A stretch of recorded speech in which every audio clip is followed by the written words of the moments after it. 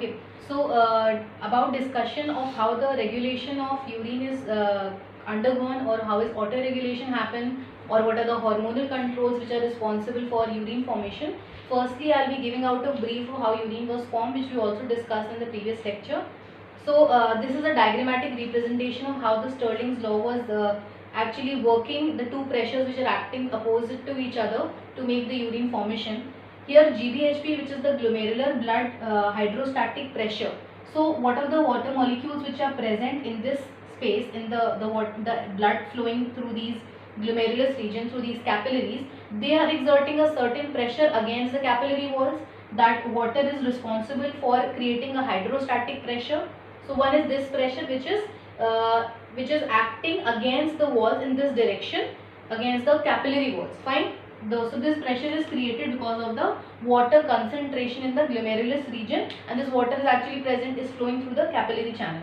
So now the other kinds of pressure which are working opposite to it, one is BCOP, that is the blood colloidal osmotic pressure.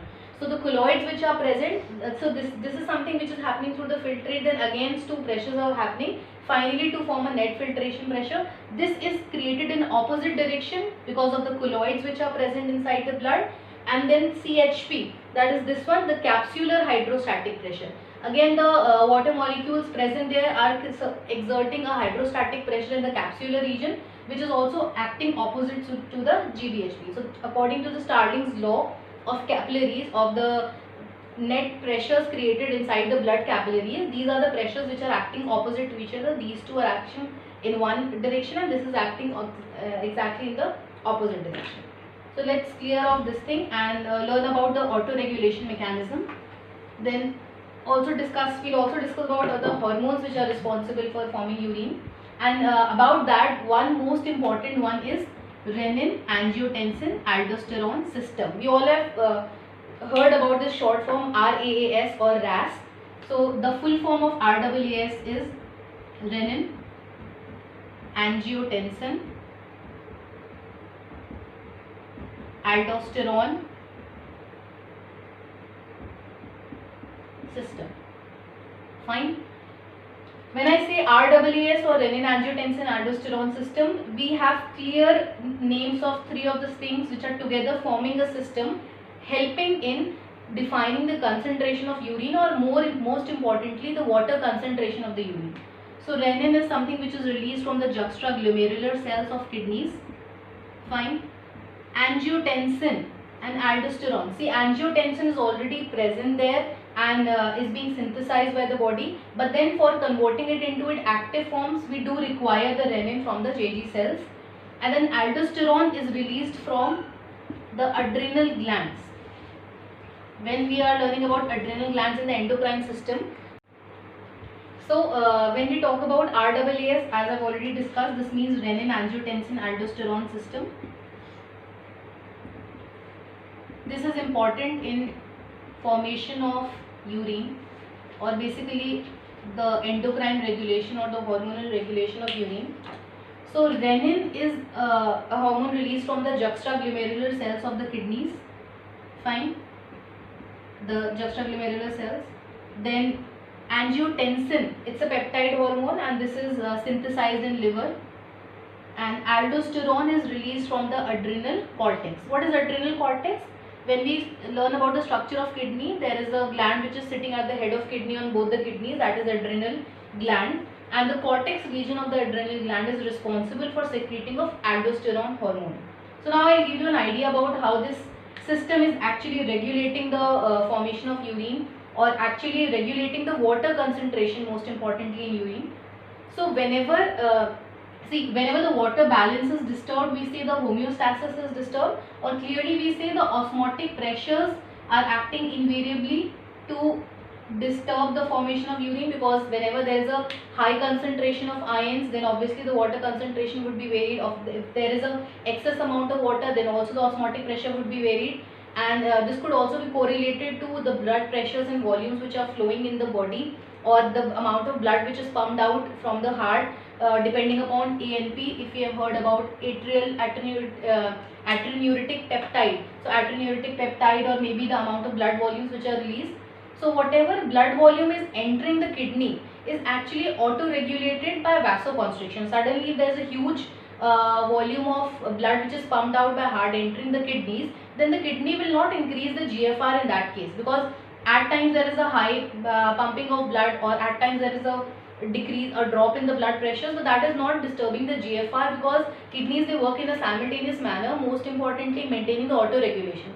So in that case, they are constricting the arterioles and thus maintaining the blood pressure so as to refrain from changing the GFRs to extremities. They are maintaining the GFR at a constant values by performing vasoconstriction. So that is another thing. Coming back to the topic, that is RAAS, renin angiotensin aldosterone system. So whenever the osmotic pressures are disturbed, a stimulus is sent to the hypothalamus region. So all of this is correlated to the endocrinology also, how endocrine system is functioning or responsible for the releases of certain hormones which are maintaining the urine formation. So whenever the osmotic pressures are disturbed, or I would say the water concentration of the urine is disturbed and blood pressures and blood volumes are disturbed, so they are actually sending a stimulus to the hypothalamus and the posterior pituitary region. Fine. So these are acting as the input centers, and this osmotic pressures would be detected easily by the receptors which are present there, the osmoreceptors which are present there. So osmoreceptors are acting as a detector to actually detect a difference in the pressure. So that is how the body will know when to release a certain hormone, when to stop the release of that hormone. So osmoreceptors are basically acting as a detector of the changes in pressure. Fine. They are acting as a detector. Osmoreceptors will detect a change in the osmotic pressure and they will give a stimulus to hypothalamus region and the posterior pituitary region. So posterior pituitary and hypothalamus are acting as the input zones, because now they have received that there is a certain problem with the osmotic pressures, therefore the urine concentration, the water concentration in the urine would be disturbed. Hence they are also acting as a control unit here, and they are regulating, or they are starting the release of ADH, that is anti-diuretic hormone. ADH stands for anti-diuretic. Diuresis means letting go of the water, but anti-diuretic, that means refraining the water to be lost from the body. So ADH is basically, they are responsible for releasing ADH. So this ADH would be preventing the loss or excess loss of water from the body and helping in the reabsorption process. So ADH would be released, and thus the osmotic pressures are maintained in a manner. So this is how the regulation takes place here. And again, I am going back to this topic by telling you how aldosterone is actually helping in maintaining the blood volumes or blood pressures. So there are 2-3 hormones which are responsible for maintaining the composition of urine. One was ADH, which I just now discussed. ADH, that means anti-diuretic hormone.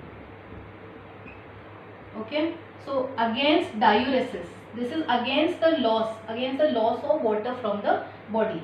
Whenever there is excess loss of water from the body, ADH would be released. Whenever the blood pressure and the blood volume will drop, the osmoreceptors will detect this situation and they will give this input to the hypothalamus and posterior pituitary. Fine. So posterior pituitary and hypothalamus, they will analyze the situation, acting as a control center. And when I say control center, so they are deciding of how much quantity of how much loss of pressures and volume is there, and they are analyzing the release of ADH here. So now they are giving out the release of ADH, and ADH, we know very well that it prevents the diuresis or prevents the loss of water from the body. So this is one hormone which is maintaining the volume of water back into the blood. This will refrain the body from losing water. So this will absorb water back into the blood. Hence the blood pressure and the blood volume would be restored. Fine. Once it is restored, a negative impulse would be given here. The release of ADH would be stopped. Again it would keep on regulating. Fine. So this was ADH. Now the next one, that is aldosterone, or the RAAS system, which I mentioned in the first place. That is, how is this working here? Again, If there is a drop in blood pressure, excess loss of sodium, a decrease in blood volume, or anyways loss of water from the blood, this is contributing for decrease in the blood pressures. So this is actually acting as a positive stimulus to initiate the RAAS mechanism, to initiate or start the RAS system. So this, as I already mentioned, that angiotensin is synthesized by the liver, is already present in the blood, but conversion of angiotensin into its respective forms would be only stimulated once they receive an impulse. And what is the impulse here? This impulse would be when there's water loss, when the blood pressures are decreasing, when there's a sudden loss of sodium, sudden decrease in the blood volume. It could be through accident cases, through any disease conditions, or any other process, or maybe a general mechanism. So angiotensin is present there, but this stimulus helps in the conversion of angiotensin into angiotensin 1. How is this happening? An enzyme is responsible. So renin is the enzyme which is responsible to make this function possible, which is released from the juxtaglomerular cells of the kidney. So can I say that this is also stimulating the release of renin here? This is stimulating the release of renin here. So these conditions are stimulating the conversion of angiotensin into angiotensin 1. So now angiotensin 1 is converted in the presence of angiotensin converting enzyme or kinase 1 into angiotensin 2. This angiotensin 2 is converted in presence of aminopeptidase into angiotensin 3 and finally into inactive fragments. So this angiotensin 2, fine, this angiotensin 2 is responsible for angiotensin 2, angiotensin 3, they are responsible for maintaining the blood volume. So this is the point in which we have to reach, but this cannot be possible unless renin is not released, unless angiotensin 1 is not being formed. So they are responsible majorly for increasing the blood volume, for performing the process of vasoconstriction. They are responsible for sodium and water retention. They are responsible for releases of ADH. They are aldosterone secretions, and thus they are responsible in totality to increase the blood pressures. Once the blood pressure and the blood volumes are restored, which were supposed to be required by the body, then a negative impulse is given to stop the release of renin, because this was in the first place responsible for converting angiotensin to angiotensin 1.